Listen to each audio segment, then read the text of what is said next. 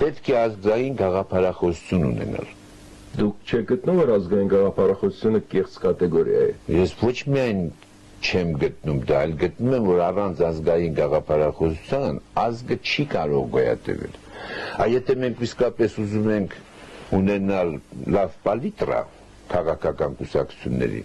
դրանց բոլորի փարոսը պետք է լինի ազգային գաղափարախոսությունը։ Եթե ազգային գաղափարախոսություն լինի, տարբեր քաղաքական կուսակցություններ եւ այլն,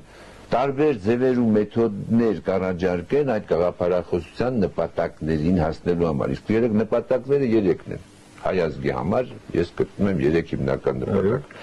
Մեր ինքնատիպության պահպանումը։ Հայ ազգի ինքնատիպություն, ռուսերեն խոսքային իդենտիկություն, որ հային նման լինի, զարգացնի իր կուլտուրան եւ այլն, իր հոգեվոր եւ այլն, в общем, հայեցի։ Այսինքն մենք մեր մեջ ինքնափոխվում ենք։ Չէ, դա չի նշանակում այնպես, որ այն ազգը, որ իր մեջ ինքնափոխվում է, դա թույլ ազգ է։ Հակառակը պետք է մեր ազգը զարգանա, հարստացնելով իրեն, ինչպես իր հոգեվոր արժեքներով, այլն այնպես էլ համամարտկային արժեքներով։ Եթե մենք համամարտկային արժեքներից անմասն մնանք, դառնանք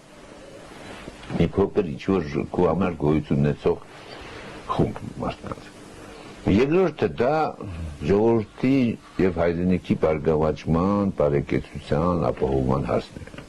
Երրորդը ժողովրդի անվտանգության, սահմանների պաշտպանության հարցը։ Այս 3-5 հենքերի վրա պետք է կազմի գաղափարախոսություն ազգային։ Եթե ազգային գաղափարախոսություն իսկապես լիներ եւ լավ մտածած մի օրվա գործ չի, մի մարդու գործ չի, դա ամբողջ ազգով, դա տարերի փորձից ելնելով, քաղաքական կուսակցությունները ելնեն ազգային գաղափարախոսության նպատակներից։ Ուրեմն ինչ էլ որ լինի, մենք վտանգ չենք ունենա ցնցումների։